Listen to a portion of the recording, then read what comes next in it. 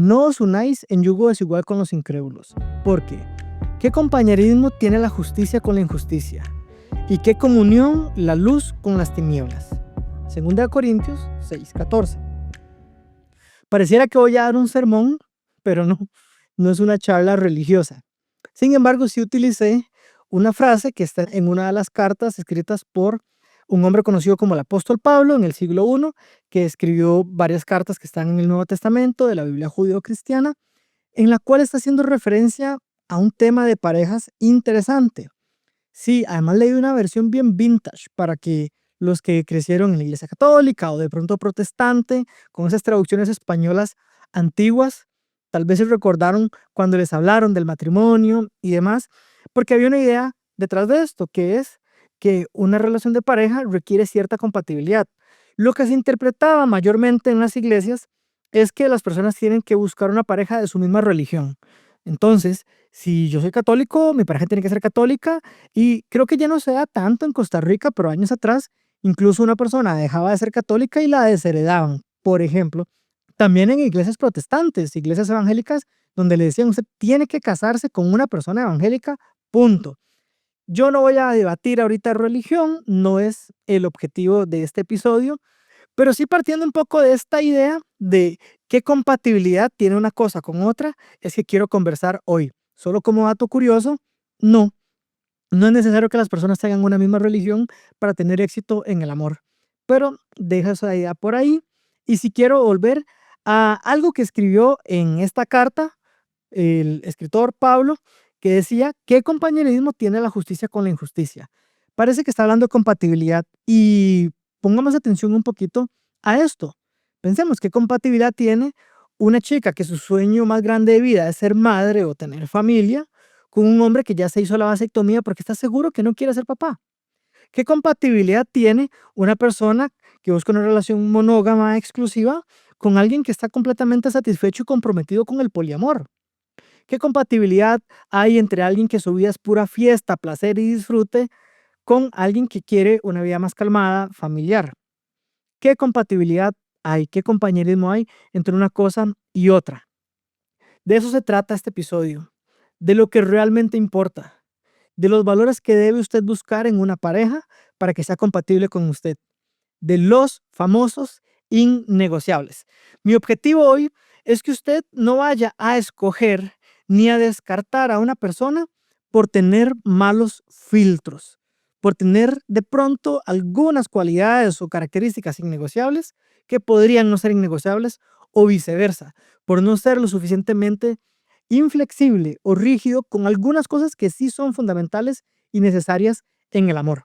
Entonces, la pregunta es, ¿cuáles valores debo buscar yo en una pareja para que me vaya bien? ¿Serán atributos físicos? ¿Será que esté fit? ¿Será el cabello? ¿O que tenga cabello todavía en los hombres cuando ya a partir de los 20, 30 nos vamos quedando sin pelo? ¿Será eso lo que realmente importa? Le soplo, le adelanto, no. En el amor eso tiene poca correlación con el éxito de una pareja a largo plazo, pero habrán otras características que puedo buscar, como la flexibilidad psicológica, por ejemplo. Eso suena un poquito mejor.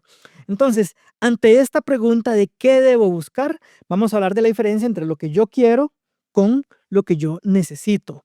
Y esto aplica en diferentes áreas de vida, pero hoy hablando de lo que busco en pareja, lo que quiero versus lo que necesito. Porque tal vez usted puede decirme, yo quiero un hombre que se vea como Henry Cavill, que tenga el dinero de Jeff Bezos, que tenga la espiritualidad de Jesucristo o del Buda, y suena muy bien, pero se quedará queriendo porque no existe. Entonces, lo que yo quiero tal vez no es lo que yo necesito.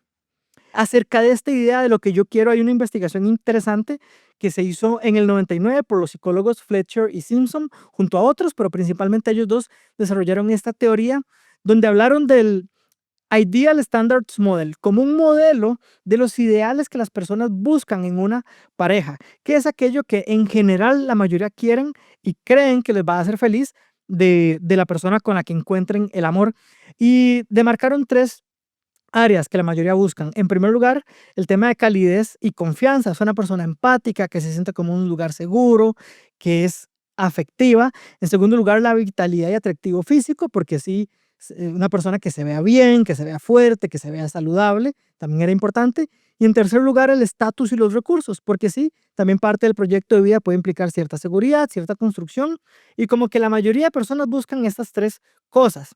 Ahora bien, ¿qué más descubrieron en la investigación? Que al final las personas no consiguen a alguien que cumpla con todas estas características ideales y al final terminan haciendo una u otra cosa. Una, que idealizan, ¿verdad? Hemos hablado que en el enamoramiento idealizamos, entonces, aunque la persona no los cumplan, piensan o idealizan que sí los cumplen. O en segundo lugar, más bien, bajan un poco el ideal a la realidad y se conforman con la realidad. Entonces es interesante que la investigación decía que venimos con muchos ideales, pero al final eso no va a predecir del todo a quién vamos a escoger. Sí, en teoría, mientras más ideales cumplan, pues más satisfacción hay y viceversa. Pero es interesante ver que al final lo que queremos y lo que escogemos no siempre está alineado. De hecho, años después, en el 2014, Ellie Finkel y Paul Eastwick, que son autoridades grandes en temas psicológicos de pareja y de amor, junto con otros psicólogos, desarrollaron una investigación, un metaanálisis de 97 estudios previos de los ideales y la escogencia en el amor, para concluir que al final lo que la gente espera de previo y lo que creía que buscaba y lo que escoge no siempre es lo mismo. El ideal previo no predice realmente a quién escojo. Es como que tengo mis ideas y lo que deseo, pero cuando conozco a alguien es la verdadera atracción, la química, lo que siento, lo que me mueve. De hecho, igual Finkel e Eastwick, con otros psicólogos en este caso, entre el 2022 y 2023 desarrollaron otra investigación con más de 200 participantes durante 7 meses y en este caso incluso utilizaron una herramienta informática de estadística avanzada para ver cuánta correlación había entre sus ideales previos y la verdadera escogencia de pareja y llegaron a la misma conclusión. Hay poca predicción desde lo que yo quiero previamente a la verdadera escogencia de pareja. Algo así como que yo agarro mi lista, le pido al niño todo lo que quiero en un hombre o en una mujer, pero cuando conozco a alguien y realmente me atrae, me olvido de la lista y termino conformándome y acomodándome a lo que tengo al frente porque me gustó. Esto es interesante porque nos habla de mucho el poder y el impulso que a veces tienen las emociones y la atracción, incluso a veces sobre la misma razón. Tal vez en palabras de Julio Cortázar en Rayuela, que escribió como si se pudiese elegir en el amor, como si no fuera un rayo que te parte los huesos y te deja estaqueado en la mitad del patio. Sí, a veces nos ocurre de esta manera. Tal vez tiene que ver con lo que les explicaba en el episodio 1 de la histocompatibilidad, que podemos generar atracción por una persona por un tema de diferencia en sistema inmunológico que nos atrae por feromonas, o sea, que no nos damos cuenta muy conscientemente, pero nos atrae más una persona que otra. O el trabajo de Helen Fisher hablando de las diferencias neuroquímicas de las personas que harían que algunos me atraigan más que otros. Y ambas tienen que ver con una reacción natural y no con mi lista de ideales que había escrito previo. Qué complicado entonces es escoger cuando el corazón me invita y tal vez no es lo que la mente había planeado previamente. ¿Qué hacemos en este caso? Bueno, tenemos que entender que los ideales pueden servir como guía, pero no necesariamente van a predecir la escogencia de pareja. Entonces, nos olvidamos de los innegociables, ¿le restamos valor a los valores que buscamos en una pareja? No, tampoco la violencia. Vamos a buscar un balance donde tengamos una lista de innegociables esencial, pequeñita, que realmente vamos a buscar algunas cosas que no vamos a ser flexibles si no están, pero no una gran lista. De esa manera, el embudo de escogencia empieza más amplio y luego vamos filtrando mejor.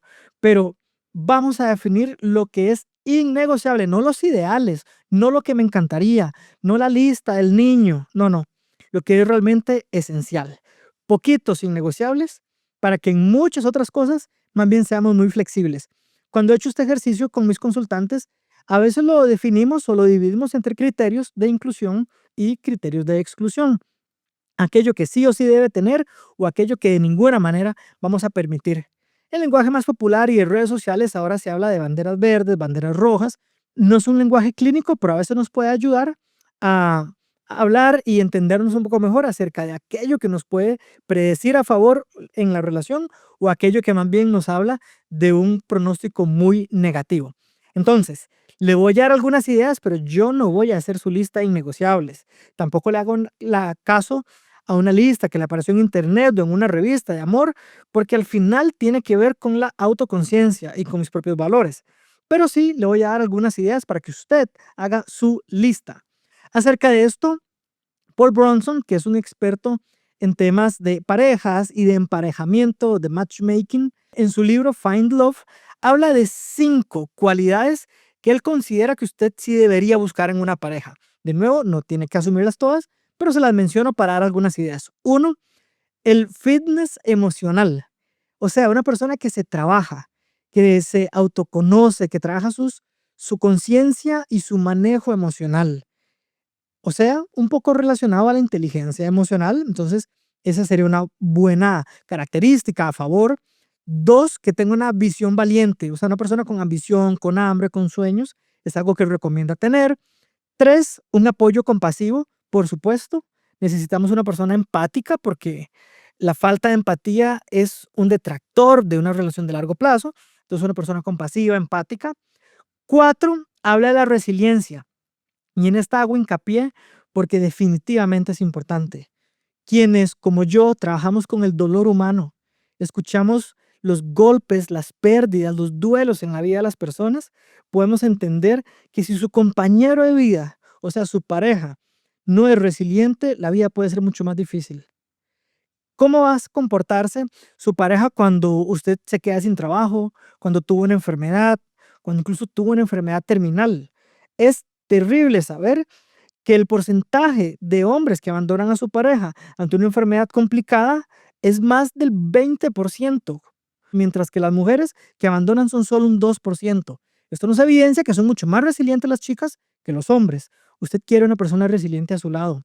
Yo atiendo cosas tan dolorosas, no solo la pérdida de un trabajo o pérdidas o muertes más naturales como mis padres, mis abuelos. La pérdida más terrible y dura que puede experimentar una persona, que es la muerte de un hijo. Las parejas que experimentan los verdaderos golpes de la vida necesitan una persona resiliente a su lado. Entonces, en cuarto lugar, él hablaba de la resiliencia y estoy muy de acuerdo con eso. Y en quinto lugar, él habla de ser open-minded, de tener una mente abierta, pero en términos de flexibilidad. No estoy hablando de ser open-minded para ir a ser swingers o ser poliamorosos, no hace falta, pero sí una flexibilidad mental para ajustarse a la vida, para acomodarse, para que cuando la vida no salga como yo quiero, no me frustre de tal manera que nos perdemos, que nos desconectamos cuando no todo sale como a mí me gustaría. Y esto es muy importante porque si lo analizamos a la luz de otras teorías psicológicas, científicas del amor, tiene mucho sentido. Una teoría no psicológica y científica del amor son los 5 lenguajes del amor, muy famoso libro, pero por ejemplo, más bien aquí les digo lo contrario, este no debería ser un innegociable. Usted no debería buscar una persona que hable su lenguaje de amor, porque no. En primer lugar, la propuesta del libro, que no es científica, no tiene una metodología ni resultados empíricos como se esperan en la verdadera ciencia, entonces, no es cierto que es predictor de éxito una persona que de entrada tenga un lenguaje de amor similar al mío. Por el contrario, aprender a aceptar al otro es más importante, que tiene que ver con la flexibilidad. De hecho, para comentarles de una teoría realmente científica, con buena investigación de más de 50 años, investigando y analizando cómo se comportan las parejas, que es el trabajo de John y Julie Gottman, que son una pareja de psicólogos especialistas, expertos en el tema. em, Hablan de los predictores de éxito en el matrimonio. De hecho, hay un libro de John Gottman que habla de los 7 principios que hacen que una pareja salga adelante y sea satisfecha de largo plazo. De esos 7, no voy a mencionar todos, pero voy a mencionar 4 que tienen que ver con esta idea de la flexibilidad. Uno, menciona que hay que acercarse en vez de distanciarse. Sí, suena muy lógico, pero es que a veces no es fácil. A veces a mi pareja le gustan cosas o tiene intereses que a mí no me interesan en lo absoluto. Y en vez de ser odioso, frío o desinteresado, acercarme y darle bola es un principio de éxito. Incluso en cosas no solo de gusto, sino importantes. Algo difícil que está atravesando, una cita que necesita que le acompañe. Poder acercarme a él, acercarme a ella, ayuda mucho. Otro predictor de éxito es la flexibilidad de dejarme influenciar por mi pareja. Y aplica en ambas vías, aplica en todo tipo de parejas, heterosexuales o sexualmente diversas, pero en las parejas heterosexuales a los hombres son a quienes más les cuesta. Por todo el tema de crianza machista y demás, El hombre dejarse influenciar puede ser un poco más difícil, entonces tiene más tarea de sí hacerlo. Entonces, dejarme influenciar también es importante para el éxito y requiere flexibilidad. Y cuando Gottman habla de cómo manejar los conflictos solubles e incluso los conflictos irresolubles, porque sí, la data que nos evidencia al después de mucho estudio es que hay un 69% de problemas que las parejas nunca logran cambiar del todo y aprenden a coexistir con ello.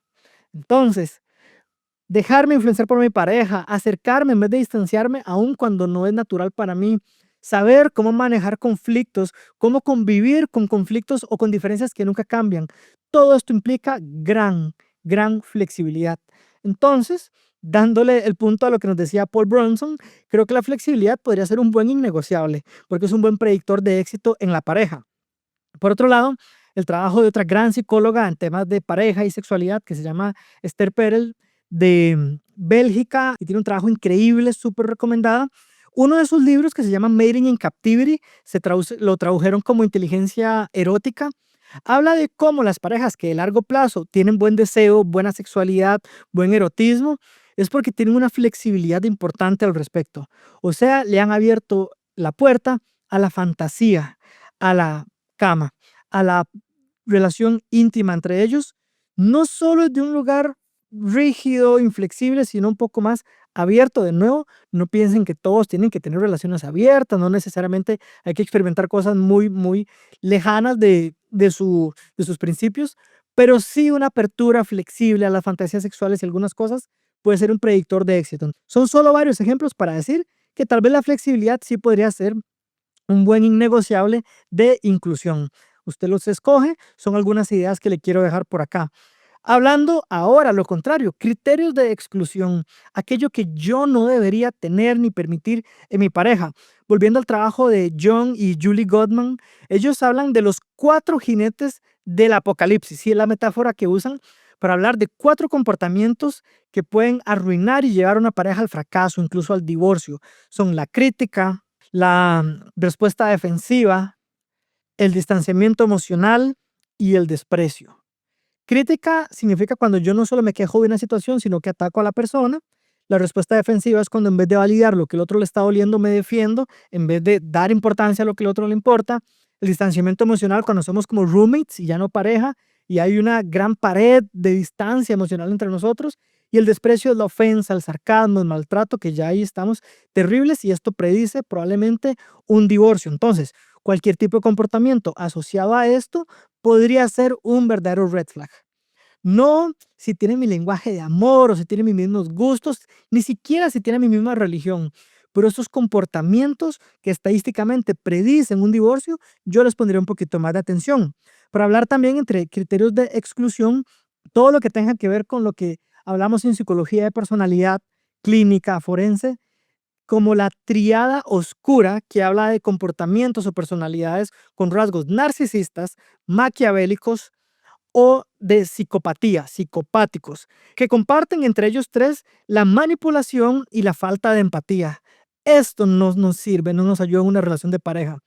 Se diferencian un poquito entre sí porque el narcisista además tiene gran sensación de grandiosidad, necesidad de admiración desmedida. El maquiavélico tiene un pensamiento de manipulación estratégica con cierto o alto cinismo. El psicópata tiene alta impulsividad, frialdad emocional, un comportamiento antisocial. No todo comportamiento psicopático es alguien que mata o asesina, sino que puede hacer daño sin culpa, sin remordimiento, se salta las reglas, no respeta autoridades, no respeta moral. Entonces, son comportamientos que tienen que ver con la capacidad de hacer daño, de manipular, de utilizar al otro sin sentir remordimiento. Entonces, cualquier comportamiento que se acerque a esto, yo no se lo recomiendo. Lo tendría en esos criterios innegociables de exclusión. Ahora bien, no podemos tal vez ser todos expertos en personalidad, en psicología. Entonces, para ponerlo en palabras un poco más simples, una persona que presente violencia, manipulación, mentira, es imposible establecer una relación con alguien así. Ahora bien, y si no me doy cuenta rápidamente, y si la persona al principio, porque esto tienen las personalidades de la triada oscura, personas psicopáticas, maquiavélicas, narcisistas, pueden dar una gran fachada de bondad y ser hasta encantadores a la hora de conquistarme. ¿Cómo hago para descubrir su verdadera esencia? Una vez más, solo con tiempo. En el episodio anterior les hablaba que necesitamos tiempo para descubrir si lo que tengo al frente es un lobo disfrazado de oveja. Bueno, yo necesito tiempo para descubrir si la persona que tengo al frente, que hoy parece encantadora, en el fondo es una persona egoísta, egocentrista, que solo piensa en sus beneficios y hasta me puede utilizar y dañar a mí sin remordimiento para su propio beneficio. No corran, no corran, no corran en el amor. Siempre hablo de dar por lo menos 2 años antes de un matrimonio, antes de una convivencia, para que usted pueda descubrir si la persona que tiene al frente realmente cumple sus innegociables. Estas son algunas ideas. Usted hace su lista, pero algunas ideas de criterios de inclusión importantes como la resiliencia, la inteligencia emocional, la flexibilidad psicológica. De hecho, las terapias modernas, científicas, como la terapia de aceptación y compromiso, nos habla de la importancia de la flexibilidad psicológica para tener calidad de vida y calidad de relaciones, calidad de amor. Entonces es muy importante, pero bueno, son solo algunas ideas, también algunas ideas para criterios de exclusión como todo tipo de violencia, manipulación, desprecio, maltrato, invalidación emocional del otro, para tomarlos en cuenta. Eso en términos generales como principios, pero también habrá otros criterios innegociables que son muy personales. Por ejemplo, la paternidad. Yo creo que es importante tener claro qué quiere usted con esto. Si usted quiere una persona con quien va a tener hijos o no, es algo que hay que tenerlo claro y hablarlo pronto con la pareja. Temas de sexualidad. Les hablaba de la importancia de la flexibilidad para una sexualidad y erotismo sano a largo plazo, pero una persona altamente inflexible con alguien mucho más abierto podría ser problemático, entonces también hay que analizar eso. Y un tema que hablamos poco, pero es súper importante, las finanzas. Puede ser innegociable ciertos manejos o ciertos órdenes o desórdenes financieros y hay que hablarlos, porque ser una pareja, ser un matrimonio, ser un equipo, es realmente compartir casi todo en la vida y las finanzas son un área fundamental en la vida que tenemos que tener en cuenta. Entonces, esto es lo que quiero que se lleve. Quisiera que usted no escoja o que no rechace a alguien por un mal filtro, por no haber definido bien innegociables que no sean los ideales, como hablábamos hace un rato, no la lista ideal perfecta del hombre o la mujer perfecta, sino realmente algunos criterios esenciales innegociables. No es mi lista, no es la que le dice la página de internet ni la revista de amor, es su propia lista que se basa en sus valores. Recuerde esto, sus valores no son los que usted dice, sino los que usted vive. Mark Manson, en El sutil arte de que te importe un carajo, muy claro y efectivo explica esto. Los valores son aquello a lo que le damos importancia, valor, a lo que nos entregamos en energías.